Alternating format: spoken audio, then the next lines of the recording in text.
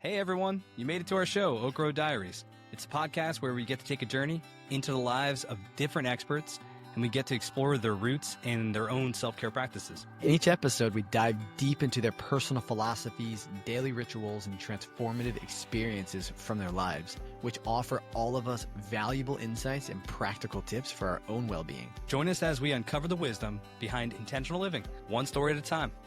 On this episode of Oak Road Diaries, we sit down with a man who's redefining what it means to take care of yourself, not with filters or fluff, but with honesty, grit, and heart. Our guest, Scott Tatum, is the creator and voice behind Self-Care Savage, a movement that challenges the way we see healing, self-worth, and personal responsibility.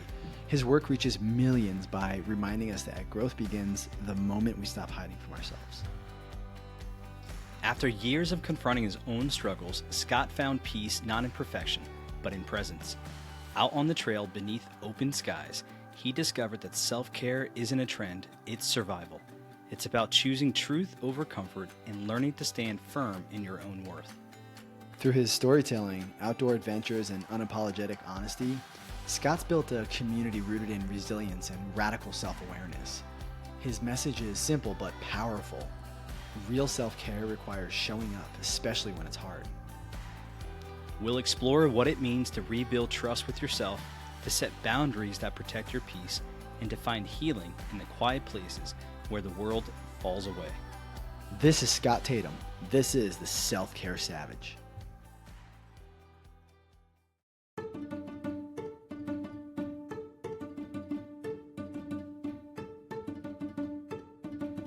Welcome Scott Tatum to Oak Road Diaries. He is our self-care savage guru. On our show today, we are going to talk about your entire journey, Scott. How and where did you come from, and where are you going? You are our, I guess, the nomad guru, right? Would that be accurate? Well, first of all, y'all, thank y'all for having me on here. So I do want to say that a little over 18 months ago, I stopped doing podcasts, interviews, any kind of brand deal. I just stopped everything because of some things that were changing, and we can get into that later. But this is my first podcast. Okay. That I'm doing, that I'm starting to allow myself to do, going back into this, and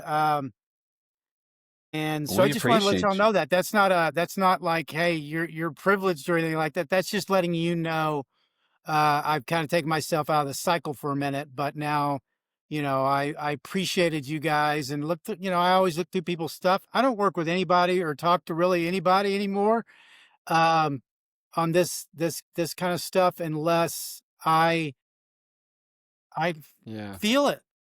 That's super interesting, man. Feeling it, because you guys got beards, for one thing, right? I was going to say, we all look alike, right? We might as well make it a trio. No, I'm kidding. So I just wanted to kind of interject that. And I am way by far, a guru. And I don't tell anybody what to do. Here's what I do. I do this for me, put it out there to help whoever I can. And so I just want to, again, it's hard for me to take that any kind of a title like that on. I get that. I understand. We appreciate you, man, because it's a big deal for us. Our platform is set upon literally just authenticity. All these people out there that are trying to make the world different. And you kind of already said it in our intro before, where we're not trying to change the world. We're trying to change ourselves first. It's kind of interesting how Jared and I, we were on this journey, and we just wanted to share it with the world. We wanted to share these self-care practices that nobody else, we're not trying to reinvent it. We're just trying to get it out there in a different way and a different light to really connect with people. And you kind of mentioned a little bit with the social media world, and it's just so overwhelming and so daunting. These people that are doing all these different yoga things and influencers just in general, you don't know who's authentic and you don't know what's what. And are these people really living this self-care world? Are they actually better people? Are they helping the world become better? Who knows, right? It's all subjective when it comes to that. So when you meet people such as yourself and other guests that we've had on there, we hope that we're portraying authenticity, that we're truly just trying to meet you and others like you to see how can we implement your self-care practices into our normal everyday lives. Like Jared and I, we live hectic lives like many others out there. So we're just trying to do our best to shed light and to change it one person at a time with what we're doing in our own life. So I think what's really interesting is that we can connect with people like you and to really understand your background, right? Like a lot of people, we talk about your accolades and what you're doing out there, but we want to know who our guests are. Like who is Scott as a kid? Whatever you're willing to shed light on and share, with your personal life, we would love to go all the way back as best as we can in your past, which is interesting because my first question is in your awesome book, if anyone hasn't bought it yet, it's called Friendly Reminders, um, Lessons from a Self-Care Savage by Scott Tatum. And I believe it's 140 or so daily friendly reminders of basically getting your ass out there and being a different person and trying to grow as an individual. You talk a lot about in this book about the past, removing yourself from the past. And it's interesting because I'm asking you about your past. If you're willing to shed light on, how did you get to where you're at? Yeah, absolutely. So, first on a couple things on that. So, when you're victim mentality is running rampant. Victim mentality to me is anyways, it's just everywhere. It's exhibited everywhere. You are again, I could get into all these things, but to getting back to your question. So when I first started doing things on social media 10, 12 years ago, and just throwing things out that I needed to hear, I just read something that's helped me, whatever. And then if I talked about things further, I always talked about my past still as a victim. I, I talked about it as a victim. I talked about it still blaming, still getting all angry and all charged up when I started talking about something that was, my dad or whatever. And I needed to go through that. And a lot of my followers that have watched me for years have seen some of this transition. And I don't talk about my past anymore. I'm an open book. I'll talk about anything, but I talk about it from a different place now. And I don't know if y'all have noticed on any of my social media lately, especially the last 4 to 6 months, I've really turned to this piece now, just like know your worth or something like that. Now it's a healed life. I'm living a healed life. I'm not 100% healed from all this past stuff. I still have things that come up, but they don't set in anymore. They don't The get to emotional they aspects, can right? They're yeah, they basically can just come factual, is what you're saying. yeah, They're well, just or events that have happened. my anxiety and my kind of stuff has always been in the mornings, as an example, because I was always living behind the 8 ball and on everything. So I woke up and with the demons were jumping out from everywhere, you know, um, trying to disrupt everything, in which they were very successful for decades. Um, but kind of moving back to the whole thing is when you start understanding where things come from, you start dealing with them and taking them apart at whatever you need to do with it or how you need to do it. And I don't ever suggest that anybody do things the way I did by running out into the woods for weeks at a time and Many beating of us would yourself up love on to. trails and just wanting to go through that process. But you got to figure out what to do. That's the other part I try to hammer on anybody. It's one of my other things right now. I'm starting to really push is find your way. Find a way.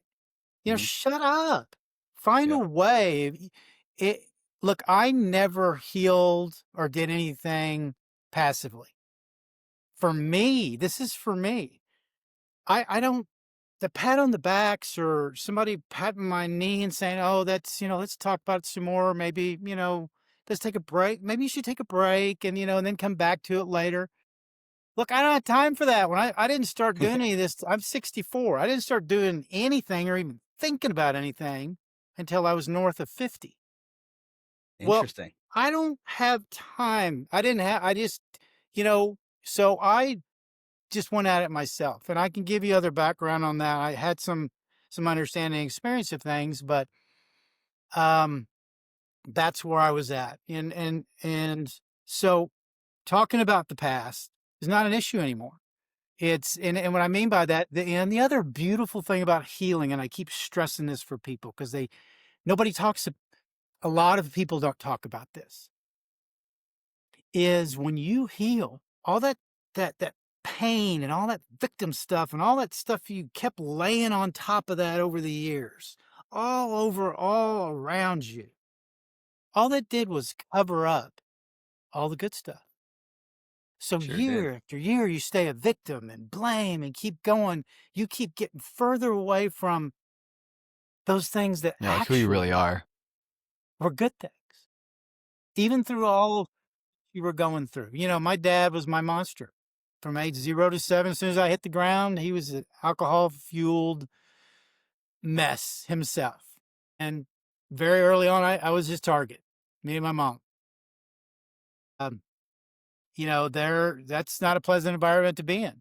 My trauma is my trauma. And, I had, when I hit the ground, whatever self-esteem I hit the ground with was gone immediately. My name is Scott, of course. But I used to think for years and years and years growing up that I don't know if y'all, this is an old man's, and you can cut any of this stuff out, but this is an older generation's term. But besides my name being Scott, I thought my name What? was No. Titty Baby. What is it? I don't know what titty baby. Okay. I actually I don't. don't know if y'all understand what that is. Oh yeah, I know what that is. Yeah. That Oh, is I've This. heard of it. Yeah. your mama's boy. Yep. But Yeah. that's the way Yeah. it was phrased in a very derogatory way. It's not, hey, mama's boy, come here and say, hey, titty baby. Hmm. That's what my dad referred to me as so much. Now, anyways, my point is like taking an example like that is I just never, there was never anything that my dad wasn't but the devil. But he actually was. And, when you start dealing with things, he's been dead 22 years or whatever, but when you start dealing with things and trying to understand things, I always suggest people do your homework. Look, part of healing is history. And if you want to know where it came from and whoever was your perpetrator or perpetrators in the sense of bringing upon the trauma on you or putting all those negative thoughts in your head or whatever things you went through, understand that maybe they didn't have a chance. Forgiveness is not letting people off the hook. I don't let my dad off the hook, but I know my dad's history. Went in the Navy when he was 15, ran away, lied about his age because he's hungry. You know, his mom, my grandma used to tie him and his brother to the house when they were 2, 3, 4 years old, so they wouldn't go knock on the neighbors' doors asking for food. What age did you learn about his history? This is all within the last 10 years. Okay. All right. Now, I knew kind of where he came from, but I didn't know these stories. And I didn't know, and as I went through things, he was also shipped. So again, we'll fast forward this. So understanding that from the beginning, how he grew up, you know, and then he joined the Navy, reasons why. And can you imagine, I can't imagine, we were poor when I was young for a while, but, but, but at 15, joining, the Navy, Yes. doing something, lying about your age, doing all that from a small little town in Texas, Jeez. because he's hungry. Sure. Anyways, Yeah. but fast forward, he gets out of the Navy when he's 19. He gets on with a construction company. They build the Heck power yeah. lines. All the old power lines. With the Yeah. little bulbs that used to be on them across the country. And so he was a lineman for that. But it's getting in the construction world. It's a very manly world, and those guys drink. Those guys gamble. And those guys back then, a lot of them in that part, they ran around. They weren't faithful, trustworthy men a lot of times, especially when they were drinking and gambling and doing all that stuff. So, but just roll back to the Navy real quick. One of the big events I found that affected so many servicemen in the World War II was he was shipwrecked. He was floating around the damn ocean for Jeez. almost Holy 3 smokes. days before they got picked up in very So he was in World frigid War cold II? waters, all that kind of deal. Well, I think, doing everything and looking at all Oh my that gosh. event, He's a he was kid just himself. 16 then. My goodness. And so so you get into that. Now he's growing into life. And so again, he just not naturally, but he becomes an alcoholic. He doesn't talk about anything. Yeah, he's closed up. He That makes never sense. did. So he Yeah. grows into this person. And that's not all of him, but Well, he that's he had what no you see as a fatherly kid. influence either, right? Yep. That's all you know as a kid, right? No, he did. He did, but not at at a Yeah. level that was appropriate. But you got to remember too. One of the things a lot of people don't forgive. A lot of our greatest generation is what they used to call it. Is that's just the way it was. Right. Just Yeah, different time, right? depression. It was you got everybody's got to pitch in on the farm. All these kind of things got to happen. And there's not a lot of that anymore. That's not just really hardcore generational, and it is Right. a pretty nice lifestyle for a lot of those people. But here's where I'm getting to the part where, after understanding all this, and as I'm going through my healing, as I'm putting together the pieces, all these negative voices in my head, and all these things are not mine. They're not mine. All these years I'm taking them on as they're mine. You're an idiot. You're stupid. You can't do anything. You got no self-worth. Nobody wants to listen to you, talk to you. Everything that you want to talk about goes through your head. But that was all from, mainly from him. What And was there anything in your healing process where you're like, I got to go back to my past, or was it just a gradual, as you were healing, these things kind of evolved, or was it like a black and white type of hard, I need to go back to my past because of these direct things that were actually it happening? was both. Okay. And look, I always tell everybody, you can't fix anything unless you know where it comes from. No, Yeah, unless if you absolutely. don't know what it is, nobody can heal. You're going to have to jump back there for a minute. Yep. But the deal is, It's painful, right? That's the biggest thing you it's hear about painful, this. but here's It's the super deal. painful for a lot of people. Here's the payoff. Hmm. You jump back there, understanding why you're going back there. Okay, where's this coming from? Again, you get into the journaling and things like that, where you start connecting dots. A lot of these things are happening that go, oh, dang. Now I remember my mom used to tell me that. And then you go back and you go through your little episodes around, oh, yeah, she was the one that did that. And then you go, well, how old am I now? What am I? 45 years old? What? That was freaking 35 years ago. You're like, Why it don't you can't be grow the affecting me right hell now. up There's and no way. understand that it's not that, she's got no control over me anymore. Right. That's not true. And forgive yourself for going through this life carrying this stuff that has nothing to do with you So it seems like the logic center clicked in. as a grown ass man. Right. And so that's, again, but jumping back with one point I wanted to make with my dad and all this. This is where the healing also, again, when you do this, it peels all these good things away. I actually, when that did that, the things that got peeled away is, I do remember sitting on the back porch with my dad, and him, he never told me he loved me and stuff like that. But I remember him sitting next to me and just kind of, giving me a little nudge, or, um, you know, he took me fishing. He took me fishing. I remember him taking me fishing. That's a big milestone for a lot of us boys, Exactly. right? Yeah. And so all those things went away. This is what victims do. There's no room for goodness. You just, Yeah, they forget the because wording of it, but then, the entire reality turns into whatever they're victimizing it yeah, can and you be. have to Yeah, take accountability. sure. Look, when you're the moment, this is in my mind, again, even in my generation, I was out of the house early. I was, well, basically out when I was 16, 17, doing stuff. So I had a place to come back to. But um, it's just when you're 18, it's different now. But in my opinion, when you're 18, you're an adult. That's when you can vote. There's a lot of things that can happen. I still don't understand this stuff, all these laws where sometimes 18, sometimes 21. But when Sure. you're 18, you're an adult. Blaming stops. It Just should be stop. a hard out, right? It should be Well, it 18 should years old. be, You but can't be blaming your but parents. nobody talks about this, and this is part of the issue. Your Everybody's parents are screwed up too. Look, I was an administrator for an adolescent residential treatment center for years. Okay, and I'm not a fan of parents. And again, I forgive. Look, I got nothing. They don't. A lot of times they don't know any better. Yeah. The first time parenting, right? So it's the first time at Well, whatever age sometimes that it's they're first at. time parenting, and sometimes it's Mm, not. Sometimes it's when you're dealing with an adolescent. Okay, the parenting classes are out.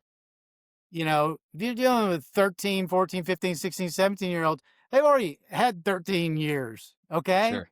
Sure. and so this is the other issues with parents and our school systems and all that. I can go off on a lot of things that I have grown into learning why systems are messed up in our Mhm. world, and the accountability and just yeah. I mean, like I the last thing I tell is with the politics and stuff these days.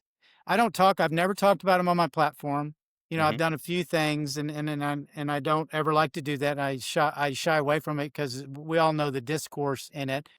But I always do tell people, I said, well, look at your politicians. I don't care what side or whatever on your whatever.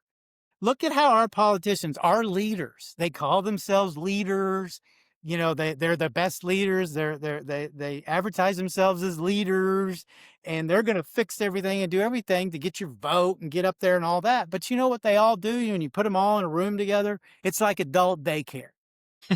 They don't get what they want. They start attacking each other, start verbally saying this, or they just spit on each other, or they'll hit Yeah. each other, or Yeah. whatever. Because you know what? They're victims. They are developmentally delayed, and they don't know how to operate anymore. The system is Yeah. messed it up. They messed the system up, and now they just live in it. And they don't know how to get what they want in an appropriate way, just like a 2-year-old. So they have a temper tantrum. They act out, call people names, do all those kind of things.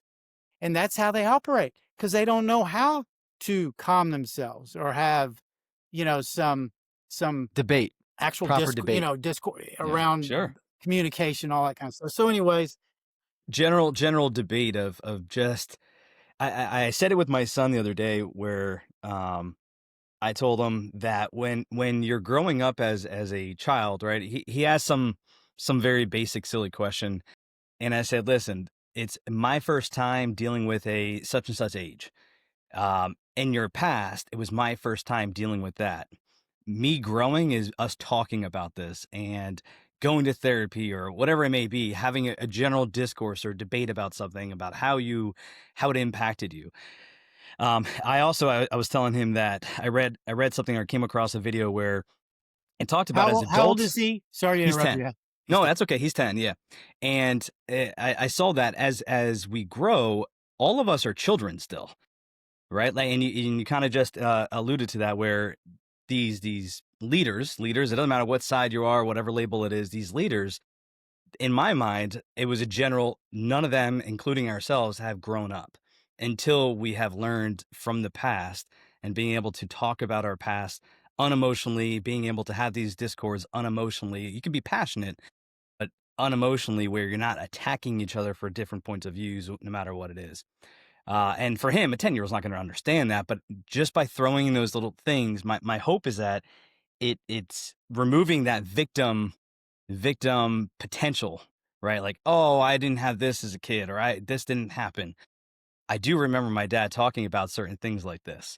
So that's what my hope is, that is just by having those conversations with one another, just people in general, like what we're doing, you're growing as a person, because it's we had another guest on our show, Dr. Christian Conte, where he has something called the yield theory, where it's the what if. What if Scott's telling me this.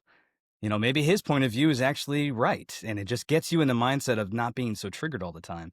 And it just, all of that kind of comes together with what we're talking about with growing up and being able to talk about your past, but in a way where it's not those negative victim emotions are coming and just clouding all the good stuff, like what you said with your dad. I remember going fishing, or Jared and I, we can, like, obviously we're brothers, so many things that we can definitely attest to. Whatever bad that our dad did, because he was a dad and it was his first time dealing with the kids, he also just had the positives where we played basketball with him. We didn't go fishing that I can Yeah. recall, but we played basketball and we threw baseball. We did those little things like that. So it Well, should kind of he was a chain breaker too. He take came out from or an equalize abusive the bad household, in a way. right? Where his father like heavily abused him, and he never once laid a hand on us angrily, right? Like he straight broke that chain, and how strong he would have had to Yeah, have no, been to be able to do that, right? And so there's things like that. for sure. Yeah, I Yeah, get. yeah, I definitely understand that. Yeah, and I never touched one of my kids. I never. I was going to say, Scott, do you have any kids yourself? I do. I have three. I have a 40-year-old daughter, 31-year-old son who just got married last week, and I have a Dang. 29-year-old son who is really in fact, his grandkids. engagement party is this Saturday. But Wow, nice. yeah, Nice. I never touched any one of my kids. That all was um, wasn't Yeah, perfect, and for my life around all these things, but I never did that because of what I went through, and I never wanted them to feel that. But something around your son when you talk about him and talking to your kids, that's a beautiful thing because that is so important. That's where developmental delays we were just talking about come from.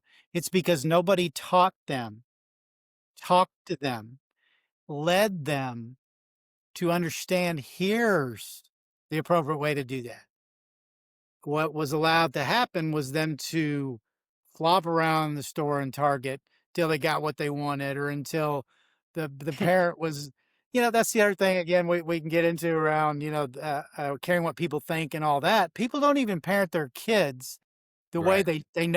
the way they know they should, Right. instinctively know they should. If somebody's watching, they'll Yeah. do the exact opposite.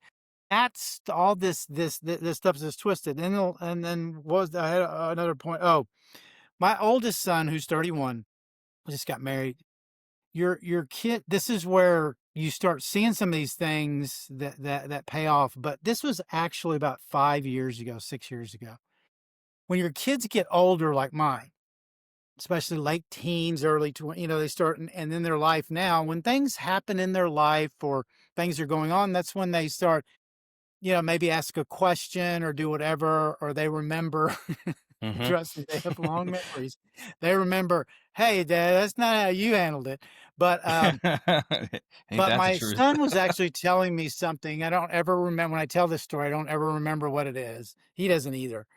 But uh, we were just talking, and he was telling me about something from his childhood. And long story short, so I asked him. I just remember this distinctly. I said, "Do you wish that would have been different? I mean, would you like to go back and change that if you could, and all those kind of things?" This is exactly what he told me at 25 or whatever he was. He said, "Dad, I wouldn't change one thing that's happened to me, one thing that was said to me, anything I've ever done, anybody or anything as anybody's ever done to me, for me, good, bad, ugly, anything, even the most embarrassing whatever moments I've had in my life, because I wouldn't be who I am today." I was yeah. like, Dang. "Geez, So you're teaching me. where's my pen?" And Yeah. um, You're yeah, teaching me. your Yeah. kids will do that. Man, They I'm will looking make you forward to that. reflect.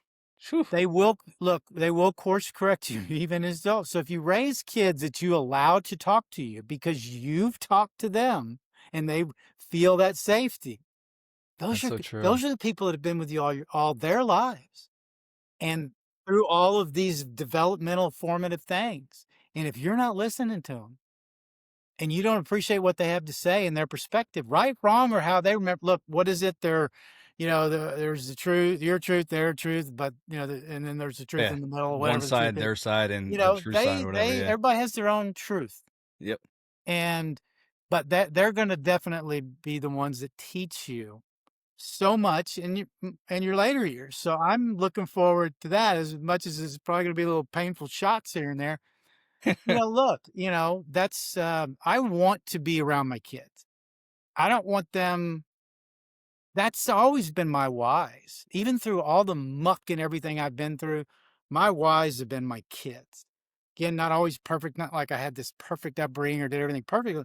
I'm just saying those are what drive me. I won't get into all these things, but um even today when I have the most serious contemplation that's mine that I'm dealing with, that's one of the things I draw from is whatever the decision I make, Yeah. how are they going to see it? Is it going to be a benefit to them? That doesn't mean every time I'm going to choose that if it's not something better for me, I think at that time, but that's definitely in the mix. How will my kids perceive this, whatever this decision Filter, is? right? Yeah. That's a good, I guess, compass, right? A good compass, a filter, yeah, to any decision a person makes. Whether it be, talking about your book or just personal growth, it literally can be occupational, like whatever it may be. Um, I'm gonna go back and switch gears to this growth. So you were in your later part of your years. Now, do you still currently work with adolescents? No, no, no, no, no. That No. was So yeah, what did you do? late I'm curious about that. 80s, Yeah, early like, did you go to 90s. college Okay. or What take us did you back to do? that? You're off on your own, 17 years old. I Okay, imagine I'm there's a lot gonna more give you a detail. long story short. So I'm gonna power through some of this, and I've learned. Well, yeah. So I've learned, but just to give you a quick setup of my life and where kind of the movement. So again, I've talked to you a little bit about my early years. With my dad, and those years were the way they were. So my mom finally divorced him in when I was like seven or yes, right around in that area. And I remember I was born in 1960, That's our so to mom's try to give age. you a Yeah. time frame, so this is in the latest 60s. So now before that, some of the issues that went on in our household, just quick things with my mom. My mom's West Texas girl. Okay, I don't know Yeah. if y'all know much about Texas. Cotton We're farming out there, Texas right? people. Texas. I love Texas. Well, there was a lot of Yeah. that. Yeah. But anyways, a lot of oil, all that kind of stuff. But ranching, it's but my mom's West Texas, Pecos, Texas, actually, around Midland and all that area. And this is back in the 50s. When she grew up there, but she was Miss Pecos and went to Miss Texas, did all those kind of things, um, and my mom's deal was men. I'll get into that real quick in a minute, but my point is she was a little dynamo. She was 5 foot nothing, beauty queen kind of, but with just that big attitude, but she had her own thing she was dealing with, but mainly men, which my exhibit A with my dad, first of all. But back then in the 60s, my dad committed my mom to a mental institution. She was gone for 9 months when I was like 3 or 4 years old. This is part of the history. As I've been going through these things for 10 Yeah. years, I've also A become uh, genealogist.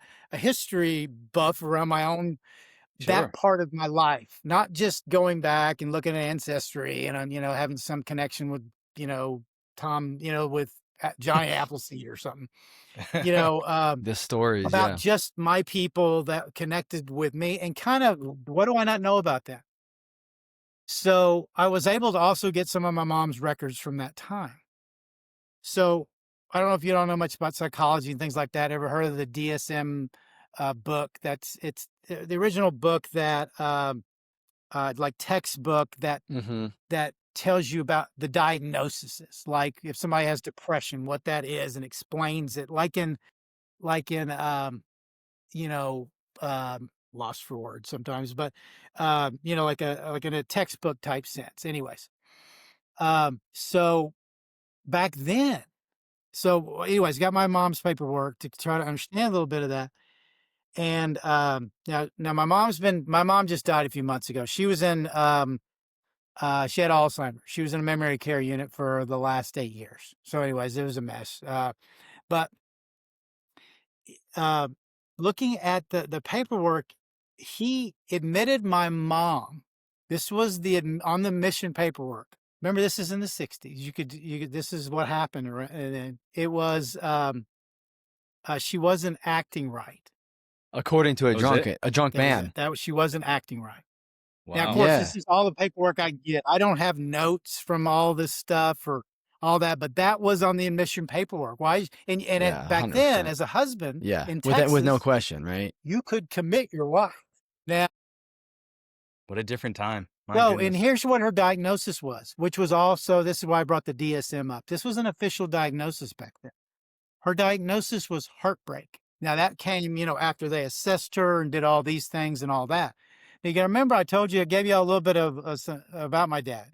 Gambler. Yeah. He's drunk, He was, right? he ran around all the time. That was their life, and he was an abuser and an alcoholic, and just blah blah blah blah blah.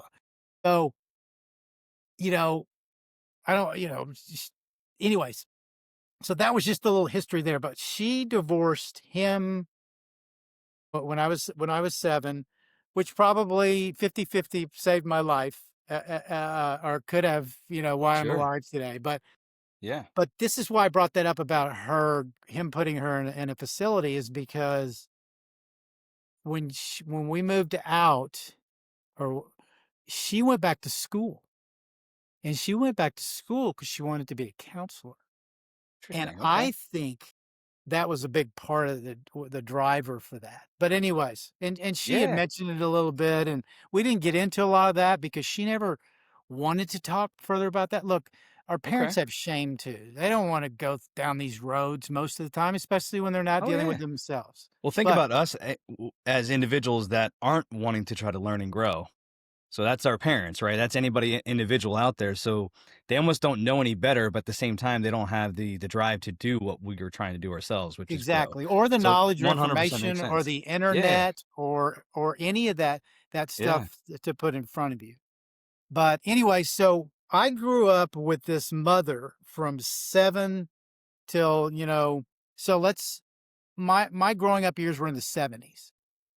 But and that was a different time too, Sure okay? it was. And so my mom became another old people's term for back then, was what they called a bra burning liberal. Oh, yeah. I don't know if you know that term, Oh, or I just, do. Your mom lived the '70s oh in a yeah, and very insightful way. she again, I told you my mom was a dynamo, so she went wholehearted into this lifestyle. Now again, she left me and my sister behind through this a little bit, and a lot of neglect and a lot of alone time, and there's just all these other stories we talked about around this stuff. She started in Denton, Texas. The University of North Texas is there.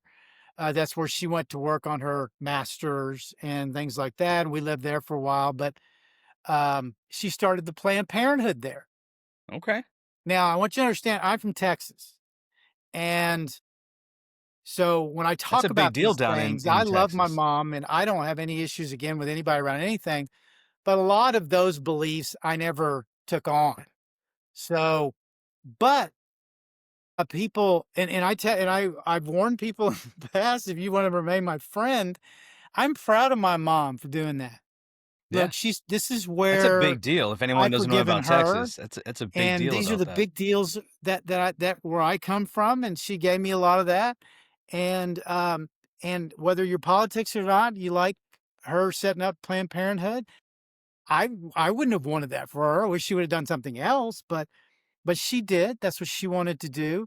And she went through one of the fire things where, it got set on fire, all those kind of things. That time back then too was Yeah. very, very It was contentious. volatile And that back was in a then. Yeah. college town. And Yeah. so anyways, so I lived with this mom who went back to school to get junior college, to get her bachelor's, then to get her master's, and then get her doctorate in counseling, all while practicing out of the house, all while doing all of these things that I'm exposed to.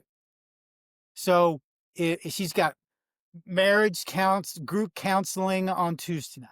She's got this counseling on group counseling in our dining room with all There's these Scott chairs playing with his little on trucks this on night. the carpet. Yeah, well, look, I'm a kid. I'm not the most Scott's functional over there kid taking either. minutes for the Well, I'm meetings. listening against the wall. It's like, well, what the hell? Are you kidding me? Anyways, so I'm living this life, and exposed to this stuff I shouldn't have been exposed to. But I'm happy I was, just like my son brought that to my forefront. That was part of what formed me. I'm very happy I had those experiences. And so, anyways, went through that, but I'm going to make this really short now.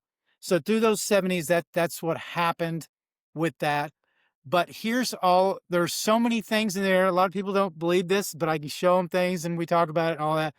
And this is the thing about, we've all got our lives and we all go, well, people just wouldn't understand. Well, I feel the same way a lot with mine, but I was exposed to not just that stuff, but which was not that bad always, but a lot of stuff, information I shouldn't have had in my head Well, you're at a that young time. kid, But right? You were hearing a lot of yeah, advanced information. but my mom's issue was men. Okay, now just give you guys want to understand what grew this monster here. My dad still on the record, we can't figure out everything. My sister and I have done a little work on this, but he's looking at around being married 12 times. Your dad? My dad. And my mom being number 10. Wow. So How old was he when he he was married your mom? 36 when they got married. Holy, so he was married But he was 10 9 years times older. before. He was 10 years older than my mom. Okay, got it. Now, my mom was married a solid 8 times. Okay. Remember the 70s? Mhm. And then you throw in the barber and liberal, and you throw away this, that. Now you throw why she all even those got things married. in there. Okay, I'm watching it's a revolving door. Yeah, from The both men sides, are right? in On both and parents. out. Yeah. And then I want to give you one more thing that's really been something that's been formative around things. And you have to move me along if we need to move along with some of these. But so my mom did a lot of internships. This is why she wasn't home a lot. So again, I understand that about her now, and I get it. And that she was on a grind, and she loved it. But her dysfunction went with her while she did it.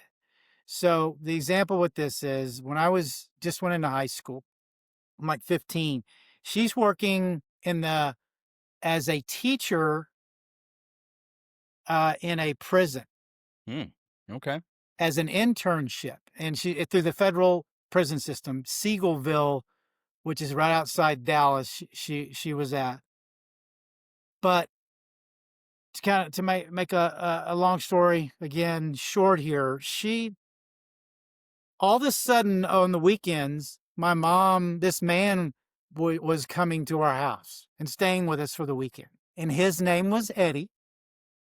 And Eddie was Hispanic. And I only bring up that he was Hispanic because he had been in prison for 15 years already. He was in the camp system for the federal prison at that time because he was going to be getting out soon. But I bring up again his heritage because he was convicted at a high-ranking. He was the second highest rank official in the Mexican mafia in San Antonio, Texas. Goodness. This is again back in the 60s, 70s kind of stuff. Now, this guy's coming home on the weekends.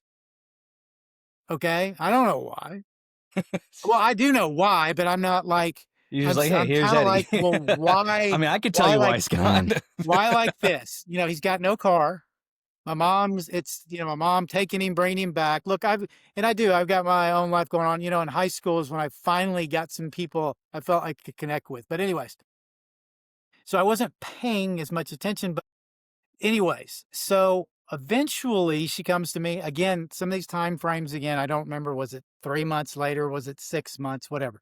She comes to me and says, "Hey, Eddie." I said, "Yeah, I know Eddie. He's here every weekend."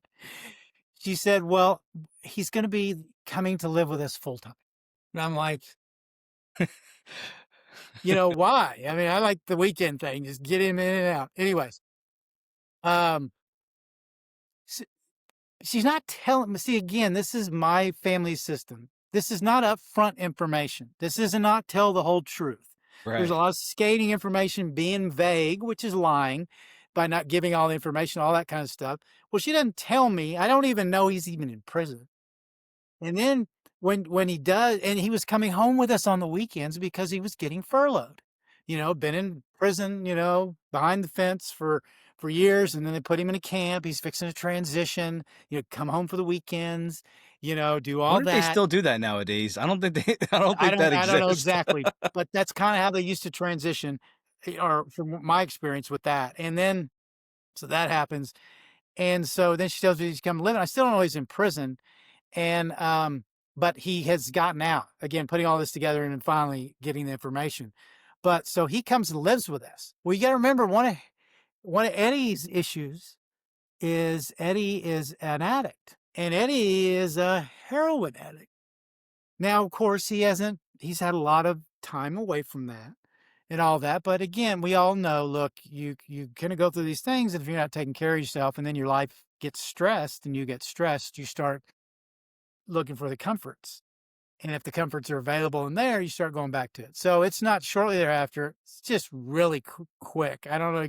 Again, the only thing I remember is during this time that the Dallas Cowboys were playing the Denver Broncos in the Super Bowl. And that was the Super Bowl that Ed Too Tall Jones and Randy White won the co-most valuable defensive player. And I think Craig Morton was actually the Denver Broncos quarterback at that time. I don't know if y'all know anything about that kind of stuff, but that I remember that day. Was that the 70s or was that the early 80s? No, that was the 70s. That was in the 70s. 1977, Okay. 77, 76, I know 70. sports around like the 76 to like 82 was like Now intense that in was these that, things. So you had some other kind of little spots for some of these teams, but that was, again, I don't know whatever, but that was the Cowboys. And again, anyway, so that's why I kind of remember that time frame. So again, this is my mom. So this man starts using again. She buys him a big dually. He's going to go be a framer now. Again, not earning any of this stuff himself. I'm not putting him down in. I don't. I'm just saying, this is all getting done for him because this is my mom. She's gonna fix him. yeah, This is yeah, yeah. Eddie from prison. I'm gonna fix him. I'm gonna give him. I'm gonna set him up. I'm gonna I'm gonna fix him. I don't know. I don't know exactly what's going on. Just him to love her or whatever. I don't know exactly what her triggers were, all that kind of stuff. But that's what I'm living with. So it's not shortly thereafter he started beating the hell out of her. He's using heroin again because she's not giving him what he wants Mm, anymore. sure. And then here's me bowing up at 15, thinking I'm ready to take on a man now, and it just he breaks a couple of my ribs. There's just stuff that goes on. But Goodness. this happens multiple times with my mom, not at this exact level. Hmm. Same but different. Every man. And so that's was her vice. My mom was a great therapist. People loved her. She helped so many people. But all that stuff coming out of her mouth, not anything she could do herself. Shame. Yeah. So again, that was that. That's just kind of understanding from age, 0 to 18 as far as growing up in a household with a parent. And then again, I tried to follow that track. This is where I did go back to school, went to work for this treatment center, later. I was did other things before that, but went back to school a bit later. I think I was 20, 26, 27, So and I was going to get did my you see your degree. mom doing this, like counseling and helping, that you decided I'm going to do that as well because Yeah, I I was can that see was value oh in it. yeah, huge influence. But here's the thing with me, when I went back, I went to work for this treatment center. Again, anything that I've ever done is victimy and is self-sabotaging as I was most of my life, I always accept. I'm a survivor. I can figure anything out. I'm gonna shoot from the hip. I can all do all that temporary stuff. Back then, it was very valuable.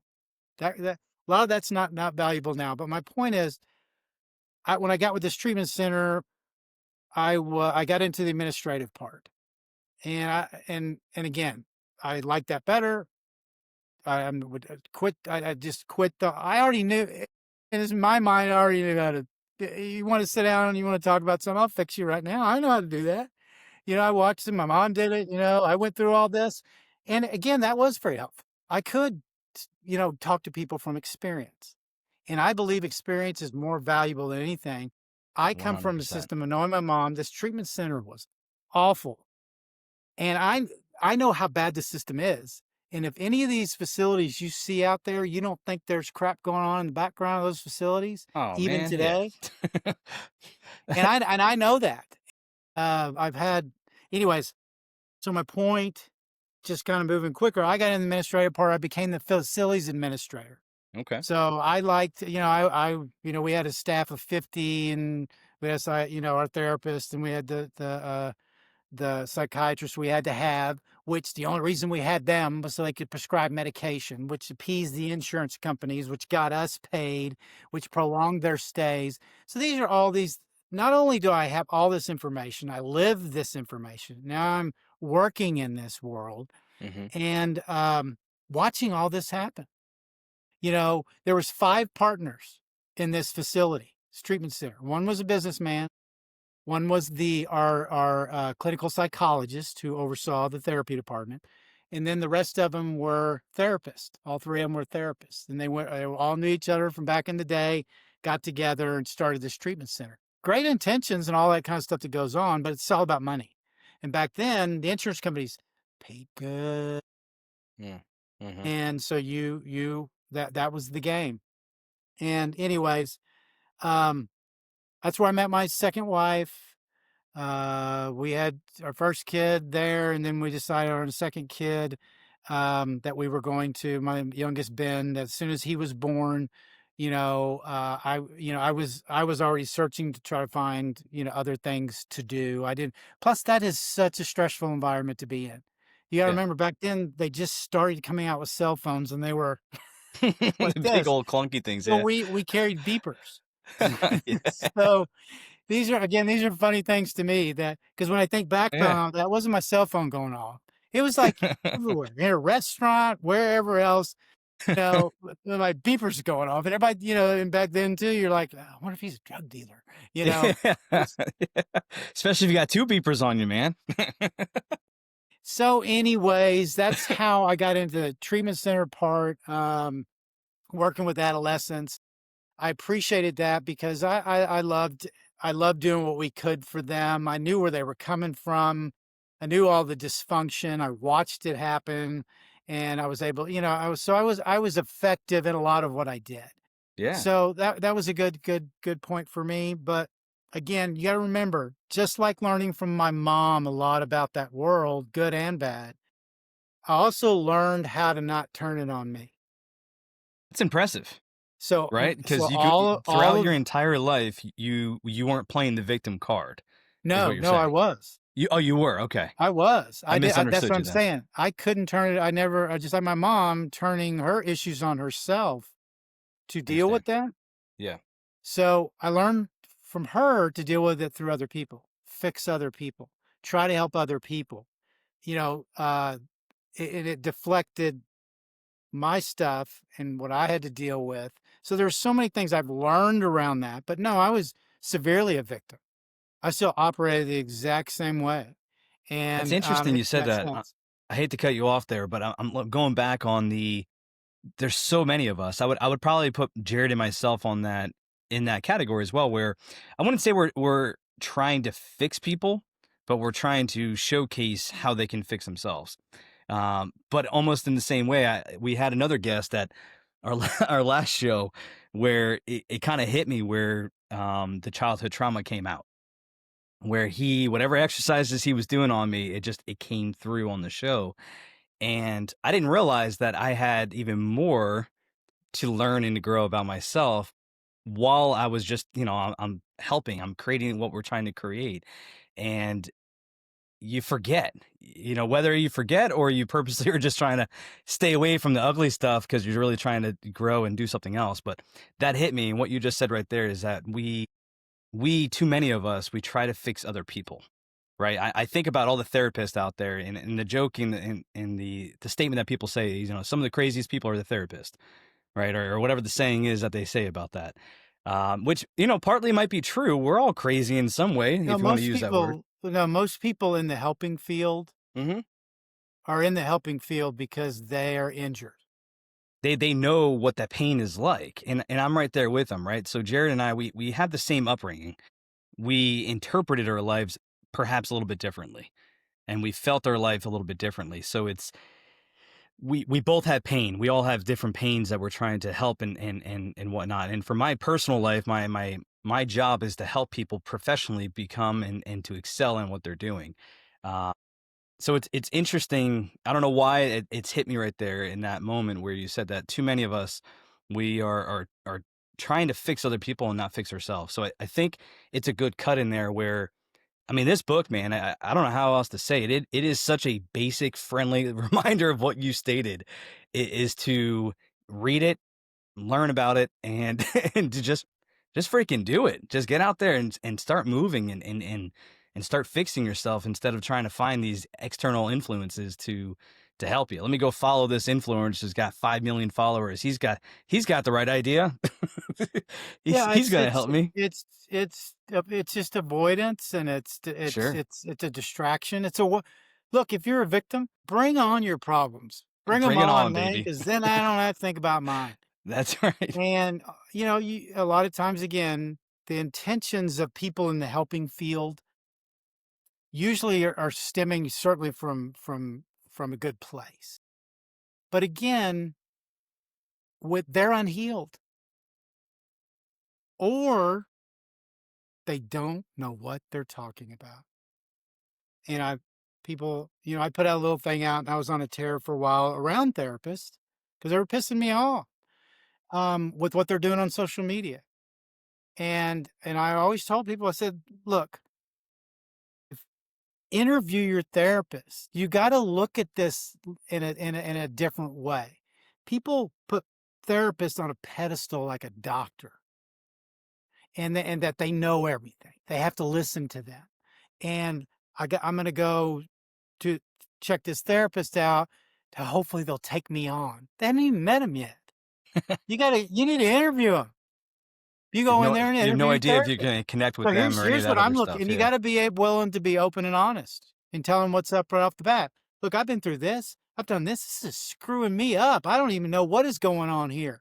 How can you help me with that? What experience do you have with that? Most of the time, they don't have experience with it. They don't know anything about, your stepbrother holding you down on the ground and light matches and then stick them in your ear. Well, I know about that, but most people don't. I'm just saying, so somebody comes to me and talks to me and wants to talk to me about that, I might be able to give them some information from experience. Way more valuable than something somebody read out of a dang textbook. And I'm not putting them down for this. And when I get charged up like this, it is just because it's a waste of time. All this patting on the back and patting on the knee and let's talk some more. Well, let's do this. No, let's go fight. Look, with the demons I did in my head. People go, how do you get rid of those voices? You don't. For me, you don't. Hmm. I can't say it can't be done, but they don't go away. But for You me, control them, right? You control those yes, voices. they don't set in anymore. So I can wake up in the morning and be just as anxious as when I was at my worst. But now I can quickly get out of it, where it took me forever before, when I was first going through this, to go through progressions, reading, learning, meditating, walking, whatever I was hiking, whatever I was doing. Hmm. Sometimes it take me a day before I could even get the last few hours in to be productive for me or anybody else. Now it doesn't set in. I tell people, you've got to find your own tricks and tools. Mine is, have you ever seen the movie 300 No, I with haven't. Gerard Butler? Yeah, have No. you ever seen those things sometimes on TikToks or I don't know what you social media on these, videos where it's like Spartans. Oh, 300. Oh, yeah, yeah. I'm sorry. Yes, I have seen that. Okay. That's when he is. So Yeah. so That's I when he's tell like a people warrior. my trick was the biggest trick I got was when I couldn't make it stop, make it stop. For some reason I don't know what the trigger was. I thought about that and I thought, you know what? This is something I'm going to try. And this was part of my journaling and different things that I did. I said, I created my own 300 in my brain. So when those demons come out, and it's not something where, boom, something's, you know, trying to bring up my anxiety and get me to worry about something, I can pretty much, you know, get out of here. I don't need any of that right now. Go away. But if it's something which doesn't happen a lot anymore, but if it does, I just call on my 300. I just get them. It's your tool. I Get like them. that. Just wipe them out, kill them. People talk about, well, you need to learn how to dance with your demons. You need to learn how to partner with your demons. You need to learn how to talk to your demons.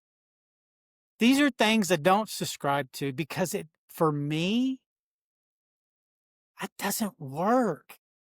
And I'm not going to put in extra time at 64 or 50. Maybe when you're 20, 22, or in your 30 and you're going back to school and you really want to learn about this stuff and go through all the little things to see what works or doesn't. But I already know I've been through that. I lived it my younger years and all that. And that's again bringing us very fast forward Yeah, is too. bringing us Obviously, you got this into self care, right? So you went through all that. You were working with all those kids. Where's that shift at? Where's the epiphany of like, damn, wasn't something's working with the gotta. kids. You got to remember, this is the kids I stopped working with. Mhm. My youngest son is 29, so it's 27 years ago. So you were doing more administrative stuff. You stepped away No, from the actual I stuff wasn't even in altogether. that field. I You got weren't. out of that Okay. field completely. Yeah, Oh, okay. Got it. Okay. I was in that for 11 years, Okay. So what did you and do? I that guess in the between. Where there was where's that? when you say in between, so I've done a lot of things, and mostly just entrepreneurial type stuff. Okay. So I've done I did a lot of stuff online in the early years. I had multiple sporting good stores on eBay. I was one of the first uh, beginners on eBay in a lot of ways. And then until people came around and ruined it all. It's completely But changed. I know that anyways, from the I beginning. I Yeah. just I've done um, just all kinds of different things like that. I mean, I don't do well. I don't like corporate. I see all one of the things I did move away from early was understanding that I needed to be in environments where I could do whatever I wanted. And so, I dabbled in all kinds of things. Uh, I was an insurance and investment broker for many years, and but that I was not working for anybody. I was licensed outside and was what was considered an independent broker kind of thing. Okay. I had a partner for a while who handled the investments. Um, so mainly a lot of stuff like that. Okay. So Just throughout that time, were you going through any kind of self care practices, or no, was that shifted after like, okay, I've done all I this, was telling everybody else how to go through it, but I wasn't doing it. you weren't doing it, but around No, 50 years old, something hit you. I was a complete total victim. All this stuff is very, documented on most of my social media. But I'm a buck 80 right now. At one time, I was 280 pounds. I was again. I tell people, first of all, don't if you want to explain away why you're 100 pounds overweight, that's okay. You can do that for you. But I know what it takes to consume to stay 100 pounds overweight because I did it for years. And, I, drank, wasn't alcoholic because I didn't like it. I just did it for the buzz.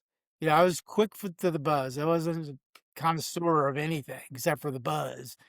Um, and I was just not functioning at all. I've been married twice. Second marriage was 19 years with my two boys. My first marriage was, I had my daughter. I don't count the first one because we were 19 when we got married, 20, whatever we were, and it wasn't. Nobody's ready, even back then, is really, really ready for that, especially when you're an unhealed person. And through my second marriage, I was just, I was a liar.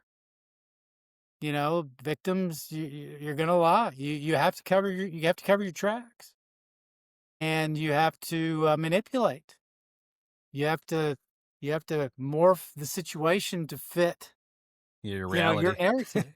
Yeah, yeah. Um, and you have to blame. It has to be everybody else's fault. I knew, trust me, everything I've just told you about what I've been through and my mom going through, learning about therapy, and then me, the treatment center, and then just everything else. This is the other piece. None of it ever pushed on me I never learned to stop blaming. In fact, I turned it up. Kidding. Wow. And so when I was helping somebody, I was like, oh, heck yeah, I get it, man. I get it. My dad, heck yeah, man, I get it. So It's on the outside, you appeared to be like you had everything figured out, or of you had it all course, I'm a handled. people Yeah, yeah. pleaser. Sure. You cannot operate. That's your life. How can I present myself? This is what my mom did. This is what my dad did. This is what I learned how to do because I hated myself. I had no self-worth. I didn't have any That was a big self-worth. shift then. Like you go from that narrative to this vulnerability that you, especially showcasing on social media, right? That's a massive shift. So the external world, you had everything figured out. You were this successful person, and then something shifted in you. Now this external world is like, wait a second, Scott Tatum, I thought you had everything figured out. Did you go through that transition at all from anybody in your circles? Or is everyone like, we get it? Uh, are you saying like the people that my kids or other people that know Yeah, me are like going because through it? nobody, I mean, people knew about your past. I'm assuming it's not like in the last 12 years it just came up. I'm sure people knew a little bit about your past, especially the ones that were close to you. They knew Yes. about your family history and things like that. So the people that didn't, though, that knew you as this successful person, now, I don't know that shift or that time period. So I'm just going to say you were successful, if that's all right. Um, so the Yeah. successful entrepreneur, um, you know, I can Not attest. always successful. Not always successful. You got to Okay. remember, I'm a self-sabotager. And my kids have exhibited that. My ex-wife, living the life. We'd be living the life one minute, and then we're like, I'm trying to figure out again. This is where I talk about living behind the eight ball. Yeah. Yep. So, and that's also an unfortunate thing when you learn you're a victim and you learn to be a survivor and you learn those survival skills. This is where you develop survival skills going through it. So my dad was the monster. So my first survival skills were how do I avoid the monster? How do I please the monster? How do I recognize the monster is coming in the house a little loud? How do I melt into the wall where he doesn't see me? How do I move this way? You're constantly, and so those survival skills are what keep you alive a lot of times, or That makes keep you sense. from further damage, even not knowing it. You're trying to, as a instinctively, even as a kid, you're trying to get through these things. Yeah, makes sense. And so when you grow up and you don't heal and you become that 18-year-old I'm talking about, whether you like it or not, you're 17 and 364 days, you're your kid, shut up. And now you're 18 on that day, and you're an adult. You're considered an adult. Those survival skills, unhealed survival skills, is what make you a horrible victim. And then they don't translate well into adulthood because that's how you operate with everything. So you are a victim. So everything, again, you're blaming. So it's everybody else's fault. So you're operating to try to keep any focus being on you. You're, again, the people pleasing. And then you're lying. You're doing everything so that nobody looks at you sideways. Oh my God.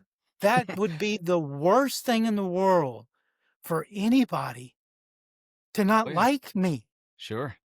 You know, that's not And even so talking about that's the how you personality live. type of Think the about individual, trying to right? live your life that way.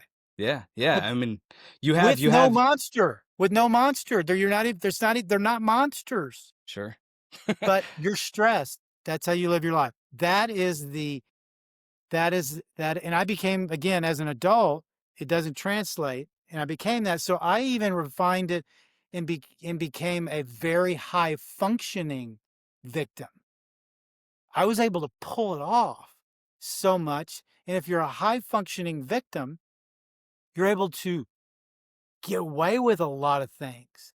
So when you do, like I said, shoot from the hip, you have a heightened sense of common sense, all these things, you self sabotage yourself all the time because you know why? Because you know you can get it back. Oh yeah, that makes sense. Yeah, you're You, you're smart about look, it, right? look, You I can can, tell you right now, and I still feel that same way. yeah, I can screw anything up right now. I don't want to anymore. Or you still have your, yeah, yeah. yeah. Inadvertently Again, happen. I'm not perfect, but my Yeah, point is, you just, you can't. A success breeds attention. So this is why this social media stuff and me, this is why it's so easy now for me to talk about all this stuff because I don't care anymore. I have bared my ass already. I have been through it. Now I'm going to jump forward here and away from this. And again, we can take it wherever you want. So I know leading up to, we've clarified a few things about exactly my situation, but there was a shift. There was a shift. My last divorce was when I was 50. Okay. It's been almost 15 years.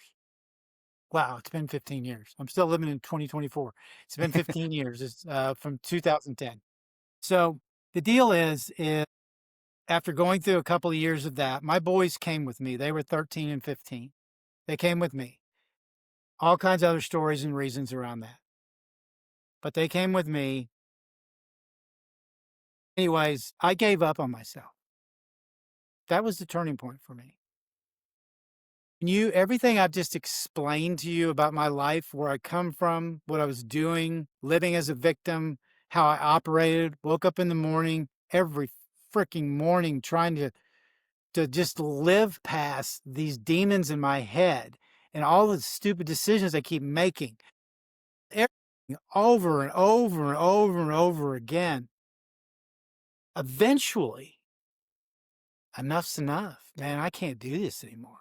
yeah. It hit you. I You're burnt am out with that. freaking exhausted. And Man, so I gave up. that's a deep. I just want to sit on that for a second, if you're okay with that. That is a. It doesn't matter what age, honestly, what age. For you, it happened around the 50, but for some people, it's 20 years of dealing with that, being beaten down and their own demons or external things that they're dealing with. It is. That's a big thing right there, man. It's just feeling exhausted of the rat race, exhausted of internal demons, or just exhaustion is where I think a lot of us are living in right now, including Jared and myself, right? I mean, we're not we're not shielded from any of the bullshit that we're dealing in the world. We all have our demons, man, and it's just exhausting to wake up every day and to fix those demons and to just take on a person, what's his name? Goggins is coming to my head right now. Yep, David Where Goggins is a big influence on me. huge. I mean, just huge. It's like, no, you wake up and you force yourself to face your demons every day and you take them head on. Otherwise, you are hit with that exhaustion with nothing happening. Like you can, like you could definitely fake it, and I'm surprised, and in a way, it's pretty admirable that you made it 50 years of dealing with those demons and actively dealing with those demons You know at that. what pushed me through that is my kids. Okay. It wasn't thinking about my kids and going, I need to push through this because of that. I, w- there was no exhaustion that was going to get me at that time. I was exhausted 15 years earlier, Yeah. but, Just you were physically exhausted, probably dealing with and raising a so, kid and all that. again, part of the trigger is, remember, divorce. My kids come with me, they're 13, 15, and there's a few years that go by. So they're getting, 16 and 18. And then, they're one of the oldest one's starting to graduate. Youngest one's coming up. So this is going through my head. I'm fixing to be alone. There ain't nobody else. Screwed every other part of my life up except for these kids. Doing what I can do for these kids, being the best I can for these kids, which was completely twisted when you think about that. But the deal is that they were it was evident. It was it was happening. They were already, very social into their lives. Not, I just, and it was coming. That was part of the giving up. That was all part of it. Did you read Goggins' book, You Can't Hurt Me? No, I believe Jared probably did. He keeps going in and out. It seems like Yeah. he's dealing with some If you read, technical issues, listen but to me, yeah, read David Goggins' book, You Can't Hurt Me. It's his first book. I got it written down. It's, Of course, I've listened to Sam, so many things of if you've his. had some impact from some of the things you've watched him say on a Oh clip, yeah, for sure. The and book is the even book more it intense. opens. The reason it resonated with me so much, Hmm. this was years ago. This was, I think, when the book came out, 2014, 2015, something. And, was I really started making some shifts because when you listen to the book, and I would do it on audio, to Yeah, tell you the yeah, truth. yep. But Love me some the audiobooks, first part especially of the book narrated by them. is him talking about his life growing up, just so much like mine. Alcohol, just abuse that his dad, and that's what made me really listen to him, was knowing this guy. there's freaking hope, Yeah, yeah, and this is all part of help me develop a more stern approach for me, because what all the passive stuff I wasn't grasping, it wasn't sinking in, it wasn't taking a hold of me. hmm So I needed, how do I make, how do I, how does this change for me to where, and listening to him, I understood it starts with you got to get way control of this right here. yep, No matter what, you got to yep. get control of this. And so anyways, if you haven't, if he's had any impact on you, you haven't But read yeah, that book, you you got got to him read that book. and oh my God, Jared. The other book, Jesse. Isler? He's a hunter. Jesse Oh, Isler. Jesse Itzler, yeah, and then there was like three dudes that have been. You think the other person name I would? My brain is just going crazy with all kinds of questions. yeah. The hunter out in Yeah, hold on. Washington. The bowman. But you're Shoot, talking about Cameron Haynes. Cameron there it Haynes. is. Yeah. Cameron Haynes. So those Yeah, three no. dudes. My oldest son, he Cameron Haynes. loves Cameron Haynes. You won't find him on a when he's not at work or something like that. He's not wearing, Keep Hammering shirt or Yeah. something that Mountain Ops. He's refers all about Mountain Ops. to Cameron Haynes. Do what? He likes the Mountain Ops stuff. Like Cameron Haynes No, is. look, my son doesn't hunt. Okay. My Oh, son okay. has never hunted. I mean, He's there's just all about his. inspirational dudes. Like it's just get out there, And suffer, where we grow through the found Cameron suffering. Haynes was through David Goggins. Yeah, yeah. It's this Honestly, Joe Rogan. mindset, it's just that I don't, and I'm not David Goggins. I don't want to be David Goggins, and I can't, and I don't want to be Cameron Haynes. But back then, man, did I want to be whatever I am Yeah. in Your that version. form that I could be. Yeah. So Yeah. fast forward again, is now we're in this place where I've given up on myself, where I'm at, whatever. This is going on for I'm a pitiful. I'm just pitiful. I'm just I'm alone.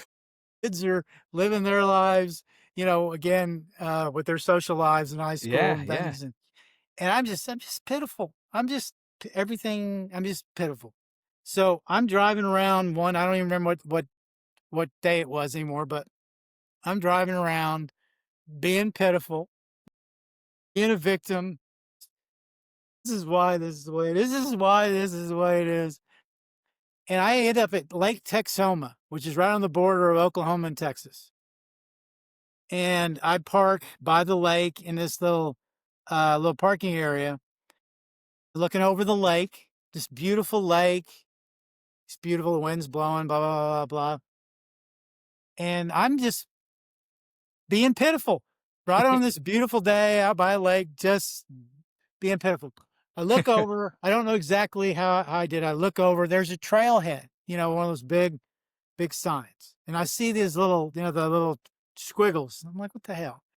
So I get out again, what's divine, what's non-intervention, whatever. I don't question it, but if it is, I certainly accepting and believe in it. But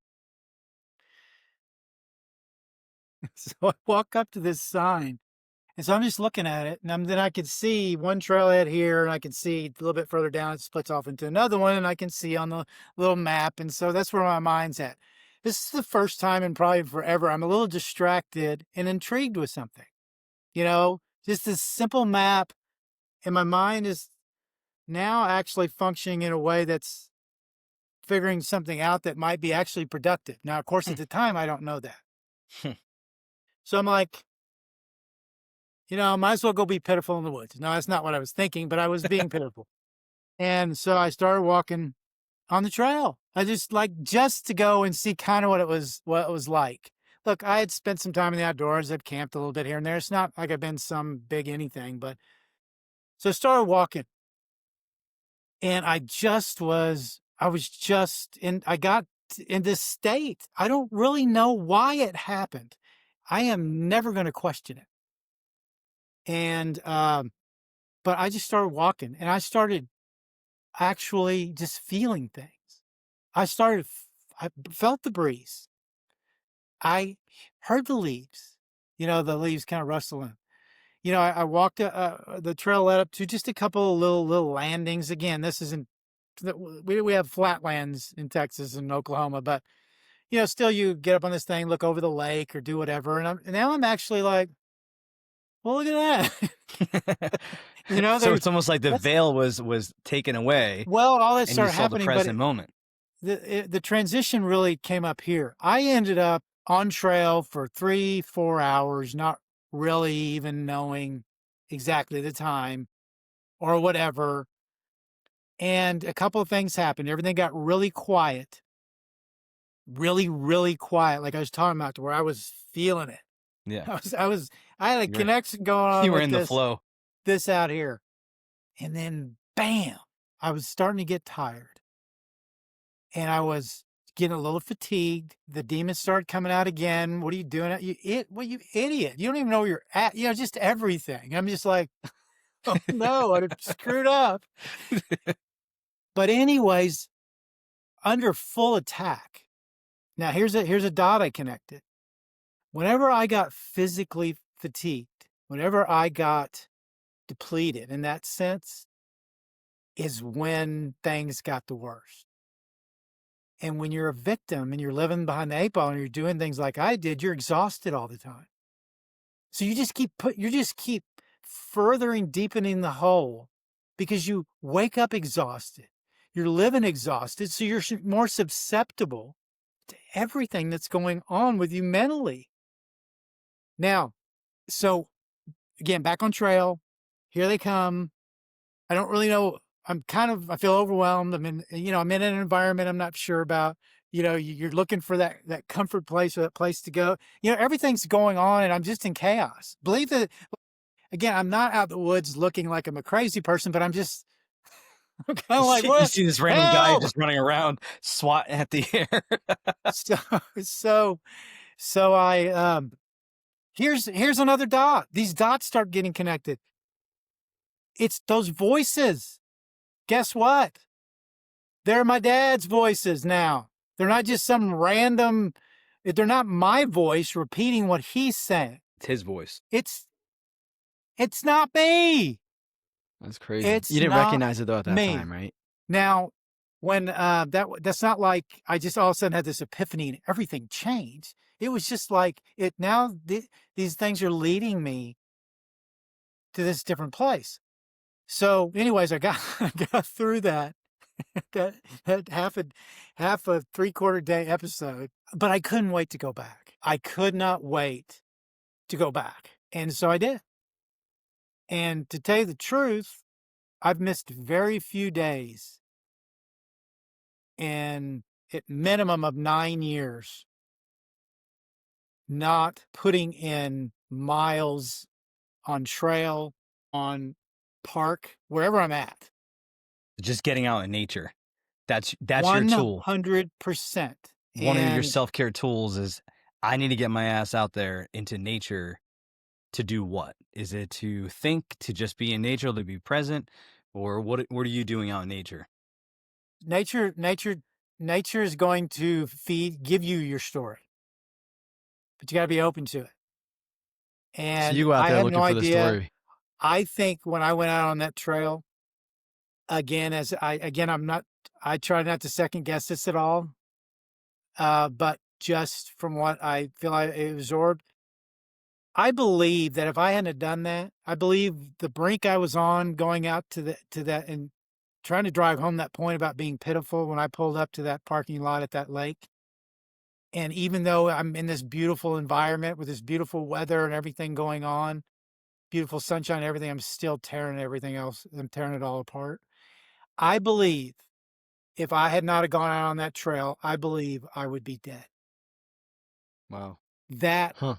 that's what that did for me. And it has never let me down. It has never let me down. Are y'all familiar with the Appalachian Trail? Oh yeah. Yeah, that's where we Yeah. grew Do y'all up. have much? That's Do where y'all we know grew anything up, about yeah. my history on that? Yeah, no, we No. grew up there. Yeah. Okay. Yeah, I don't know your history on the AT though. Well, in We're from 2022, Pennsylvania. Yeah. this was all part of my journey. This is actually when I started kind of getting a lot of attention on social media. I went out to thru hike the Appalachian Trail in 2022. That's I awesome. started in Georgia, southbound on April 7th, 2022. Oh, you did And April. I made Okay. it 94 days, 1,326.2 miles up into New York Dang. You until passed right by our house, man. until I got an infection in my toe. I blew up and I got it was basically an open wound. I David Goggins it. It started raining real hard. I was trying to push through this certain part. I had a big blister right on my second toe. So, when you're a backpacker, you learn you carry some duct tape. You carry these things to patch your bag if it gets ripped or do whatever. So I wrapped that son of a gun up. This was right around when I started I don't know if y'all are familiar with the roller coaster.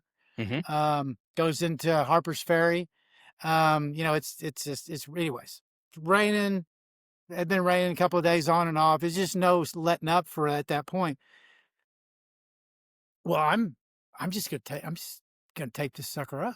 I'm taping it up. So I put You straight duct cures taped it it? all, man. and I Speaking duct of, taped I actually have duct tape right here. I just you gotta have duct tape. Come Gotta on, have it no man. matter You what, gotta even duct in your tape. office.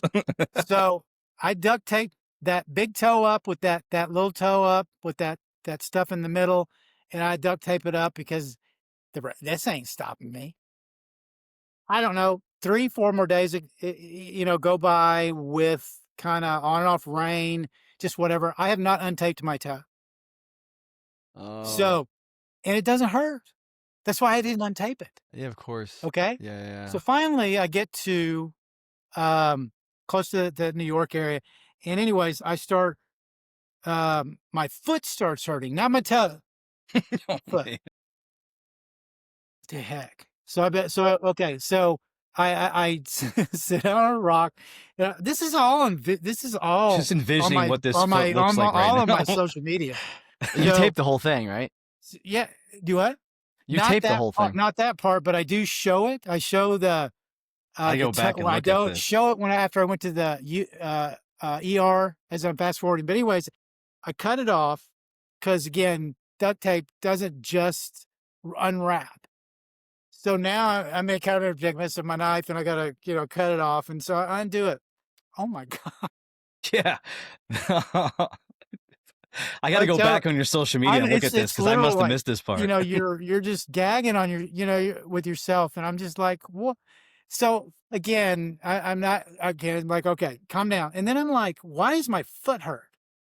So I'm looking up around my foot. It's all red. It's just swollen. So I got to go 9 more miles.